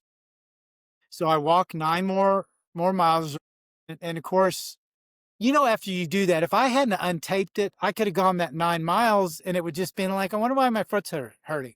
But because I opened it, I knew what was going on. The air got to it, or whatever, all that stuff goes on. Yeah. I'm just like, so I finally make it to 1,432.6 miles. And I get to this place, finally get an Uber driver. This was in an area where an Uber driver picks up, and he's like, well, hell, I'm not going out there. It must have dropped me like 8 times. Finally, somebody came out there to get me.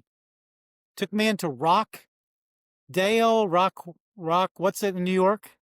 Rock, there's a town off the Is it trail Rockville? somewhere around the Rock something in New York. But anyways, took me into the urgent care there. No lie, guys.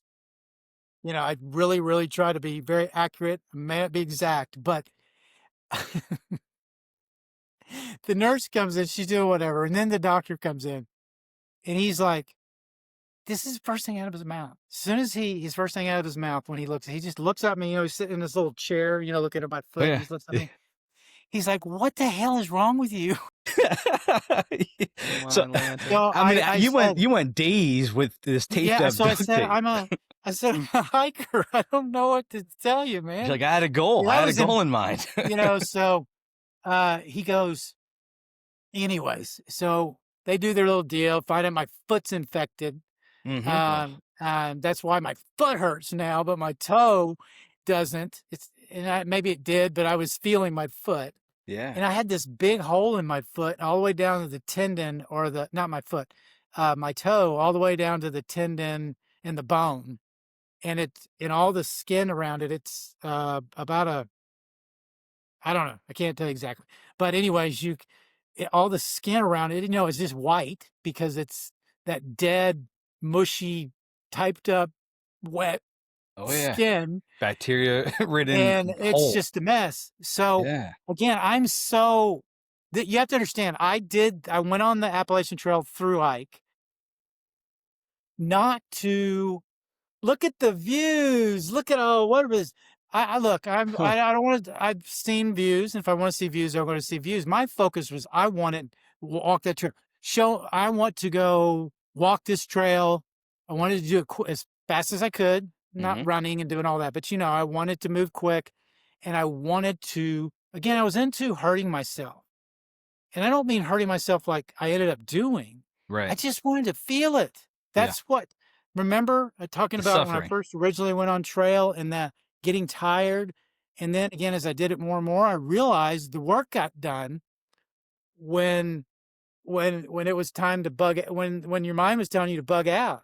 So when it was raining, or I was tired, or I was half dehydrated, or just I was tired of sleeping in the woods for 6 straight days, whatever it ended up being. Right. What are you gonna do? You gonna go Right. home? You gonna go home? Or are you Yeah, gonna you're do by this? yourself most I of the time, wanted right? to keep finding that. That's what I was doing. So anyways, I asked him, I said, so what's the deal? I mean, when can I get moving again? Like, what do I need to do? He goes, are you fucking crazy? He goes, Yeah, I just need a walking boot, Doc. That's all I need. he's like, if you can go, first of all, it's going to take 6 weeks on its own just to heal Yeah. up. Man.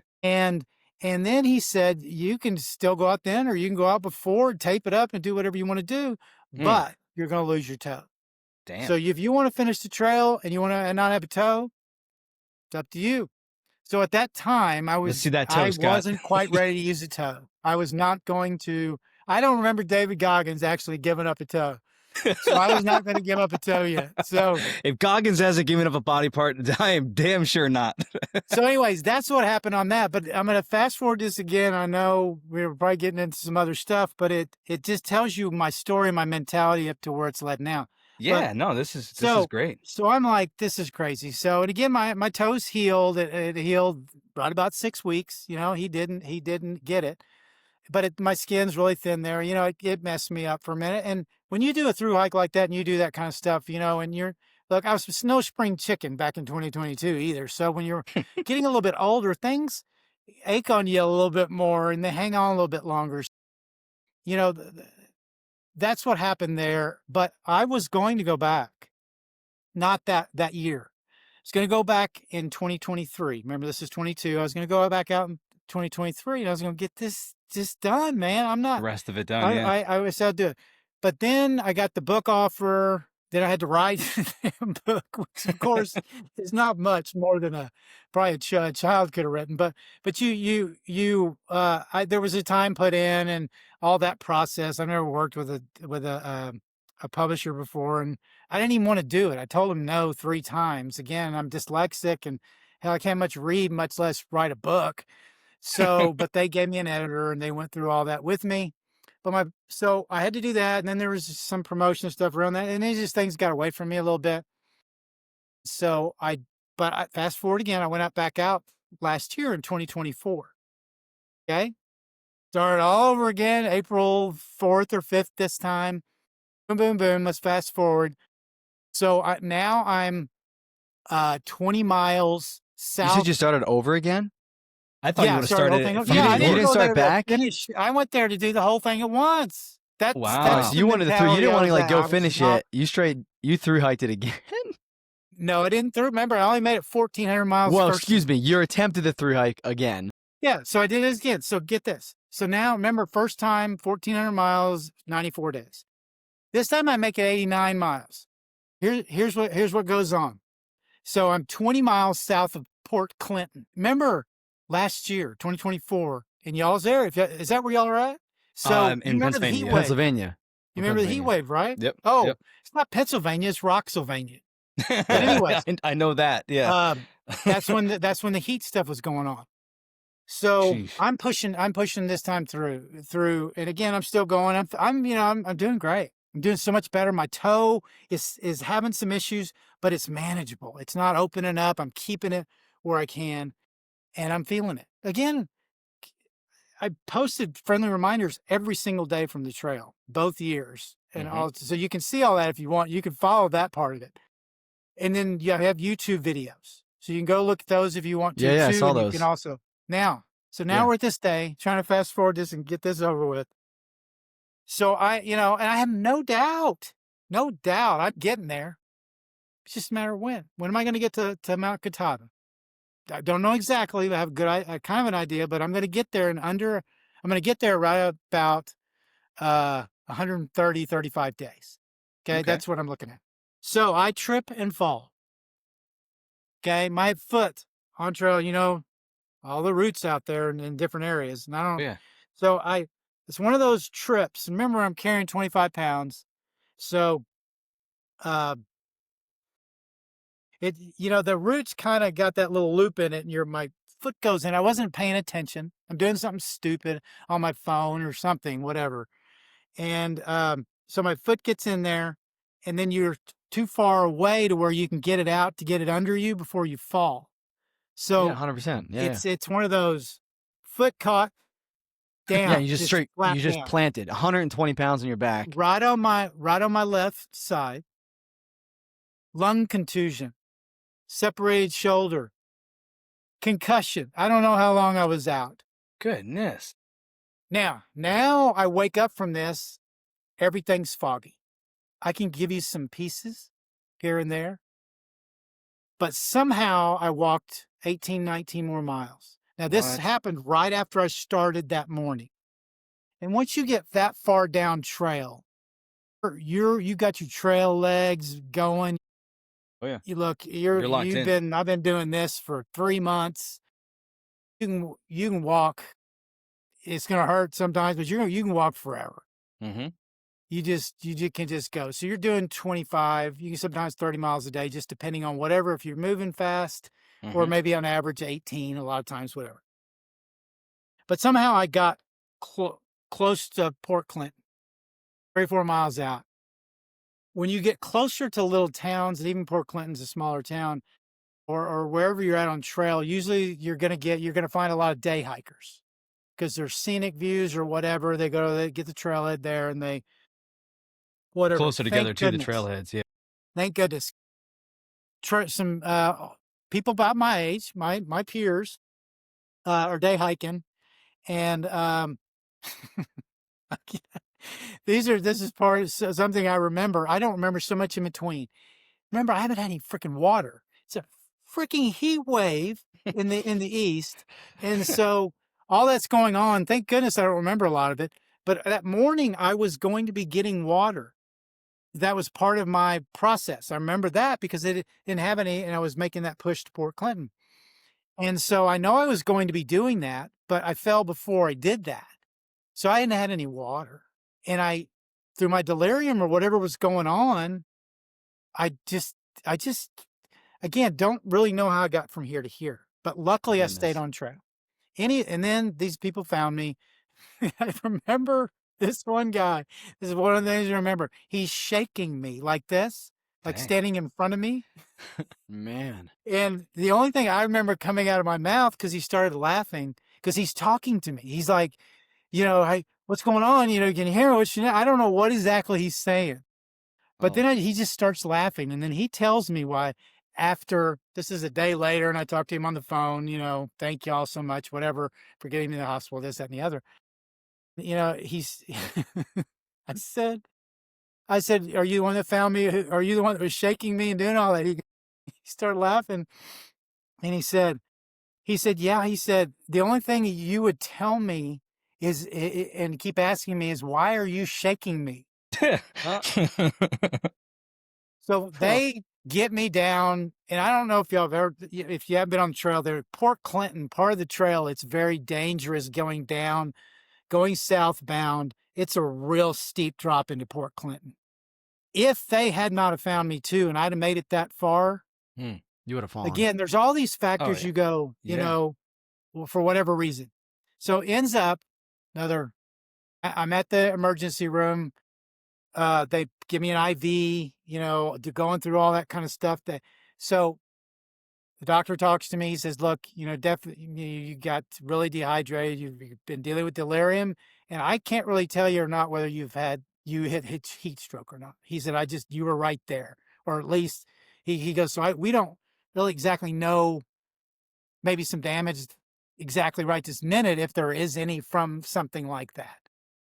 And he goes, we need to get you checked in and do all that kind of stuff. Now, I'm not going to go into the stories around this or how I feel about this, the medical world and all that. He says, so we need to get you admitted so we can run all these tests and do all that. And I said, you're not admitting me anywhere. I'm not, doing anything. I'm not rude. I'm never rude with anybody about that. So I understand this is me, and you're not admitting me in the hospital. And he goes, but anyways, we got down that. He goes, well, we can try to do a few of these things here. He goes and does this stuff. Remember, I'm in the emergency room, and Still not having I am finished your hike. concerned. I am concerned because I got all this stuff going on in my head. Just I got this. Everything's on my left side, where I hit my head, and the swelling and everything's going on. And he goes, you got a concussion, this and that. He goes, but what? He goes, well, we got a problem. He goes, if I can't admit you, um, that's a problem because I can't discharge you because I can't discharge people with a concussion because we have to be able to monitor you and do all that. Yeah. Anyways, nice people. You just run into these people. But even if you're just a dum who doesn't like the medical system, he's like, look, we're slow. He said, I'm gonna just stay here till I'm ready to release you. So he just pulled the drapes, did all that, said, if I got to kick you out at some point, I may have to push you and set you in the hall for a minute. But he said, you can have some privacy and you just got to stay here. So he did and all that, and they did, ended up releasing me at the point they did, but he just said, look, you got to go home and get monitored. You got to get with your doctor. And they got to check these things.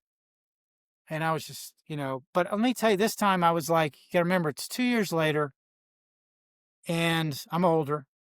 It's just a fact. And I'm beat up. I've just been beating myself up, just, and I just don't feel right.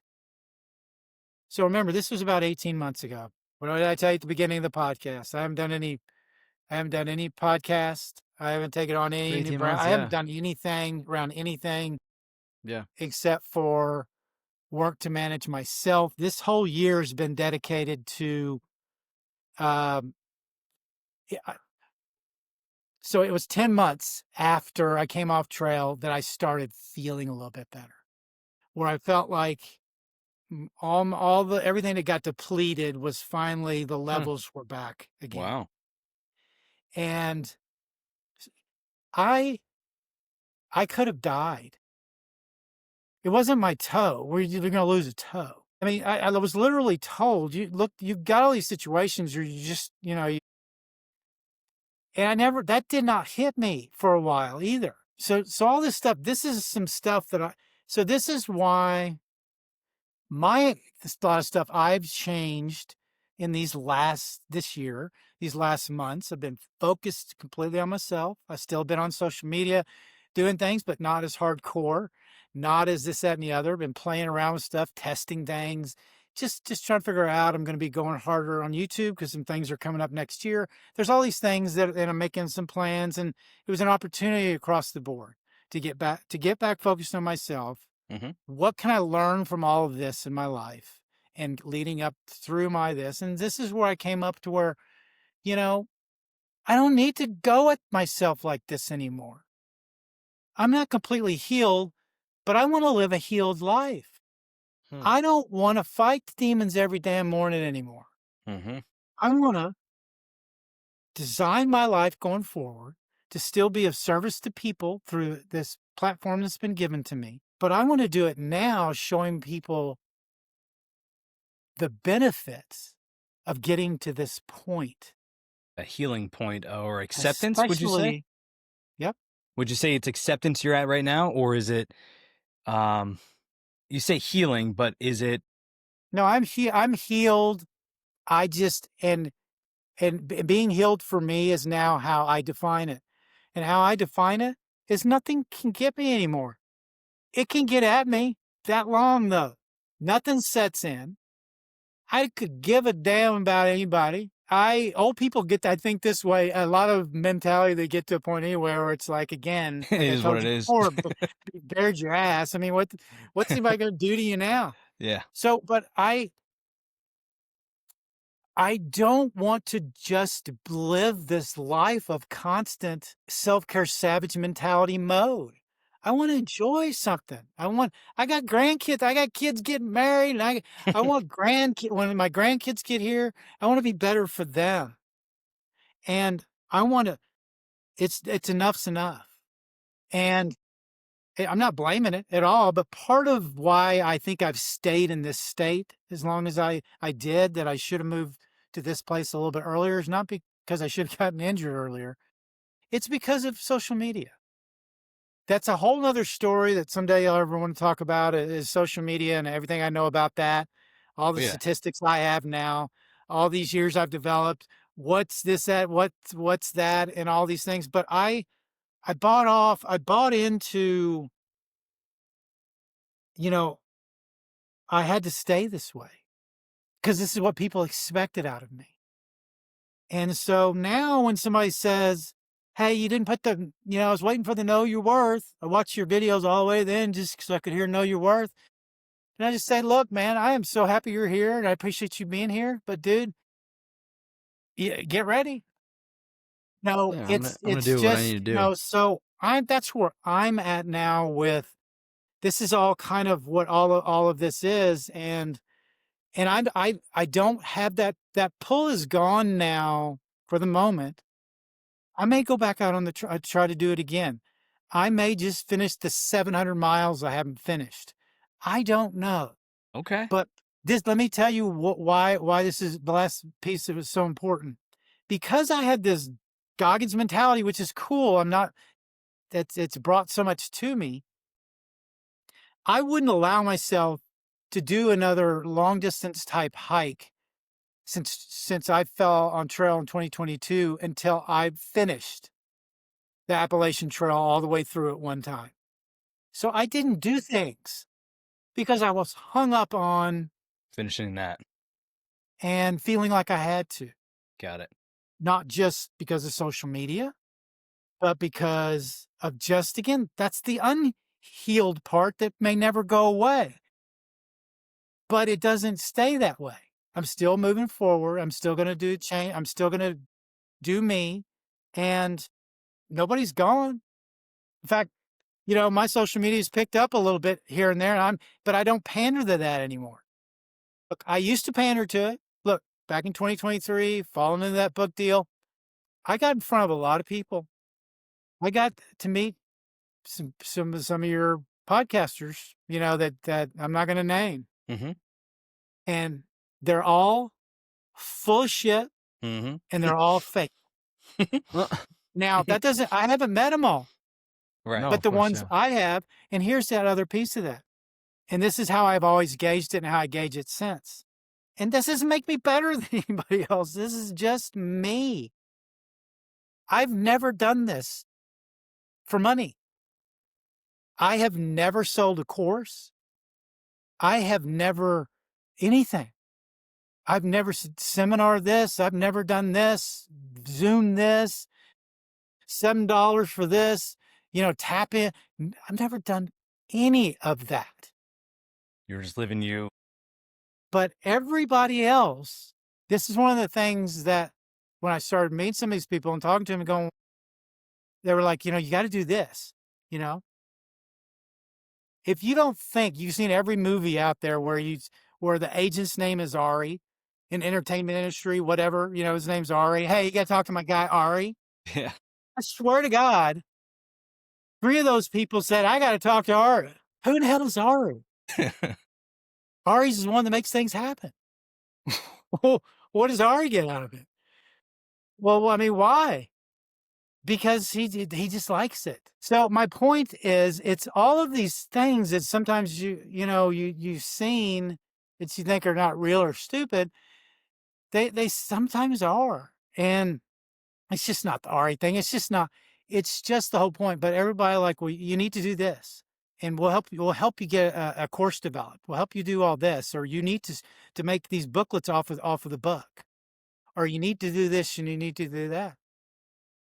And I'm just like, I don't Why? understand why. Why? Where's the why in this, right? The mentality is not, a lot of times at that level even, is not to, how do I make my next move that will mostly benefit people? It's always like, hey, we can create this thing and get this. We can connect it to our seminars we're already doing, and then we can wrap it around here and get them hooked into this, and then this, that, and the other, and then they're just hooked in the system. Yep. Yeah, the Give marketing them your wheel. email. It's interesting that Give them your email. you're discussing on that where our platform is that, right? The authenticity of who we are, who you are as a guest. As we're building this, I have no idea, but I think everything you just mentioned is always going on in my brain. If I don't want to do any of that stuff, I don't want to create anything just to get money from things. All right. So this platform is all about just raising awareness, showcasing this stuff. Of course, money will come when we develop retreats or whatever it may be that we want to bring Scott Tatum in to discuss, to go on a nature hike with. It's going to cost you too. Of course it would. You know what I mean? For us, that's where the give and take will be. Like this seminar crap and this webinar, and of course it has value to a degree, but I'm glad you touched on that, because the social media world, which is going to be another thing on its own, where I'd like to connect massive amount of people together where we can literally talk about social media, all these influencers, all these facilitators out there with all these self-care practices. Let's go over the elephant in the room, social media. how we all connect with one another. I'm looking forward to that at some point.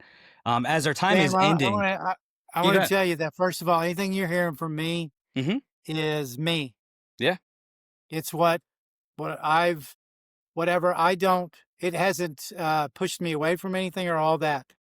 And I also want a disclaimer that I'm actually studying and talking to some people and looking at the possible avenue of creating a couple of things that I would monetize. I don't know exactly where that's going to go yet, but it's going to not be a hooked in system. It's just going to be just like my book. You want to learn where to start with your self worth and get after it? This is where you start. there it is. It's up Yeah, to you after that. right. So it's not a continuation thing. The other thing is too, there's a lot of money in monetizing your platform without any of that. And, I've been fortunate enough to, I don't, I've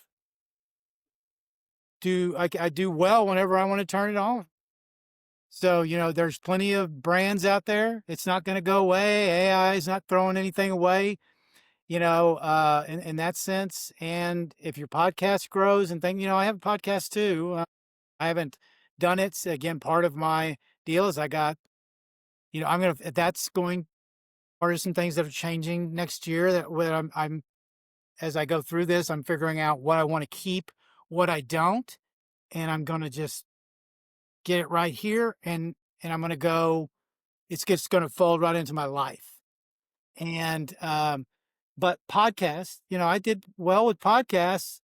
But again, everything is different too. You guys, when I started a podcast, I had 650,000 followers on Instagram and I had whatever plus million across all platforms, which is 1.6 now. And it's all different, just depending. But my point is I had a built-in audience. Yeah. So, putting my clips on there, doing that and pushing people there, even though it drove down Instagram, doing that on Instagram. Again, they don't like to push that stuff out. They don't like you pushing people to other things, doing all that. So your stuff gets suppressed mostly. And then your people don't also like a lot of that either because most of them don't care about your podcast. But when you have a big people to draw from, you can do it very lightly and then you can get that attention. So I was a top 5 podcast right off the bat, with that attention. As far as, amount of watchers, all those statistics. But anyways, so there's all that you can make money. You can go either way you want, but you guys, as you go through it, you just have to work through it and learn. There's no one way or another. And I am not being critical of those people. It's just that my mind was, and they also designed their platforms. When they came up, this is what they wanted to do. All of them, most of them, they all wanted to be somewhat of an influencer, or they came from a successful attention spot in a different sport or business or whatever. So they were able to transition like that. But most people, kind of that was made by design. I want to be this way. And then they wanted to create their universities and, and sell their certificates. You can become certified under me and all that. And, look, and I want to say one more thing. And some of this, maybe you put on social media if you want, I don't care anymore. But Tony Robbins, I remember back in the day, there was, I loved Tony Robbins. I mean, Tony Robbins was, Awaken the Sleeping Giant kind of thing, all Oh that yeah. kind of stuff. He was pushing a lot, and other people weren't. Of course, there was no social media back then. I went to one of his seminars at one point, dabbling through things. But what he says today in his seminars today is exactly what he said in 1984, except for what's the current Mm-hmm. Yeah, the current whatever status of what's information. going on. Yeah. And it's in that seminar is going to cost you an arm and a leg, and then all the things that get sold through it, and then all of the online coaching courses that, God forbid, you want to meet with Tony on one-on-one. You better be that person that has $1 gazillion. Yeah. He's helping a lot of people. That's great. Again, part of that is I don't want to do that. This was this. I didn't go into my world to do this. Plus, the other thing too, Sam, you're a young man. You're a young man. You guys can fail, and I suggest y'all fail all the damn time because that's the Sure. only way you want to learn fast. Yep. Start failing as fast as you can. You understand too. This came to me later in life unintentionally. So when it came, I didn't know what to do with it. I wasn't even thinking about what to do with it. And then when I did think about what to do with it, it's just because I felt pressure to think about what I'd do with it. Not blaming it or anybody's fault. My point is, I'm too old. I'm not interested in building some freaking thing. So yes, that's the kind of the different stuff you're dealing with. But the other thing too is the more attention you draw, the more positive attention you're going to get, and the more negative attention you're going to get, and the more people are going to come out of the woodwork to take advantage of you. And they don't give a crap about you. It's just facts. This is life. This is business. This is this world. Just like I think the entertainment world, from what I've been learning and things like that. But it's to get your audience. They don't give a crap about you. They just want to get in front of your audience. I get that. I'm not putting that as this is relates anything to what y'all are doing with me right now. But I'm just saying that because I wouldn't have come on here if I even had that feeling or thought. But Well, it that's is an good. advantage. Well, look, it is an advantage that I promote this, with my people because it brings people. That's how you grow. If you're not thinking about that. But the problem is, I thought about you guys first. And if there's anything I can give you guys around that, if you want it, again, I just like when I set up my son's wedding and when I did my speech, and you get to the part, where you give him advice. I said, thank goodness for y'all, I don't give advice anymore. So I'm not giving advice, but I'm just telling you what I've experienced and what I feel like, people pay attention to. And if you will always think, what the end goal is. So if you're wanting to help people and be a benefit to them, everything you design, if you do that first, all that other stuff is actually easier That makes sense. than if you Hmm. tried to, oh, we got to develop a new program. We got to come up with this that'll fit into all this. That could take forever and then, whatever. But if you're actually, or your heart is where it is, you're going to. And look, I listen to y'all. I just want to be very clear.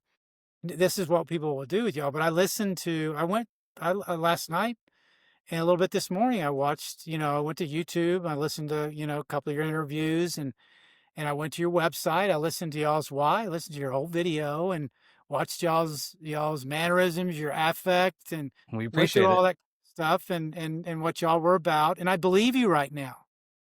We appreciate that. Everybody Thank you. changes. That could be different 10 years from now, but right now I'm a believer in you guys and again, I want to see you guys succeed because the goodness the goodness on social media. I've just been here a long time. This is my perspective. I'm not saying this is calculated what it is, but I feel like our space Hmm. only has about that much Yep. out of that. If you can even put it that way, yeah. The rest of Uh, it is yeah. is what it is. And just the more that we can develop, stay in front of us. Because the other thing I believe in too, again, it's just me. When I've been through where I come from, everything I've been doing, just put together, and I am old. You got a half a life to live, man. You said you're I 60. agree. I I mean, agree. yeah, I'm you working got on a that. lot of years left. Yeah. I agree. I tell my kids, you better be prepared. I'm shooting for 105. Dude, imagine what you are right And I now, said all the that's years left you being have. fully mentally cognitive. So beware. Yeah, yeah. But again, The I next just chapter, Scott Tatum. yeah. So there, again, Scott, we appreciate you, you dude. guys are amazing. I know the time went quick. The time went really quick, and I feel like there's definitely some more we can dive into. Specifically, your book. I keep going back to it just because for people in general with this self care journey or track, the space is overwhelming. I mean, it's just incredibly overwhelming, and maybe it's just my own personal, take on it, but you don't know where to go to. You don't know who's authentic. You don't know what's real. The stuff that you're stating is not reinventing, right, at all. Like it's just, the basics of what we've been talking about on with other podcast guests and just in general what the Happy Atrium is all about. We're not reinventing anything. It's just, not to put the Goggins mentality, but put your own mentality into it where you have to live intentionally if you want to change. If you don't want to change, then as an individual, just I don't even know why they're even listening to our show if they don't want to change, first off. But second off is people would rather just live every day because it's less painful, less energetic to just deal with the demons and let them take over as opposed to just taking the bull by the horns and just be like, you know what, today I'm going to face the demon of laziness. And I'm going to get my ass out there and go walk in nature because nature for you seemed to have been in a changeable or one of the most biggest things in your life, right? That changed the way your mentality has been. It's one of our pillars is environmental, is making sure that you get out there daily in some shape or Yeah, you got fashion. 7 pillars, right? We got 7 pillars. Yeah. And obviously right, yeah. not only does your philosophy hit, the environmental, but for sure mental, it can really hit all of them. A lot of people think the environment is spiritual for themselves, and it very well could be, right? You have people that believe in nature as their God.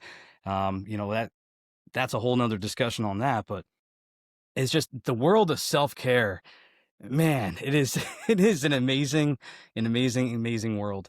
There's so much that I want to get involved with you even more. Like I said, we can talk for hours, but I want to respect your time and plus, all of our personal schedules and stuff.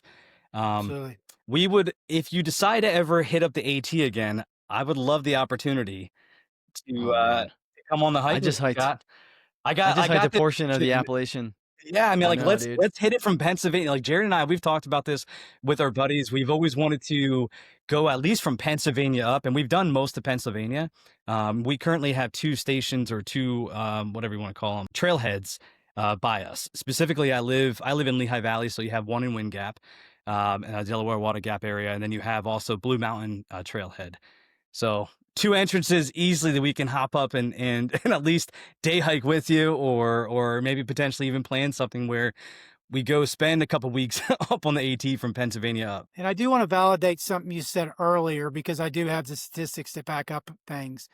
People are just living their lives and they are numb or they're avoiding, distracting. They don't want to deal with stuff. That's why they're in everybody else's business. That's why, they're trying to fix. That's why everybody's living the way they're living. Scott, we appreciate you, dude. Seriously, thank you, the self-care savage.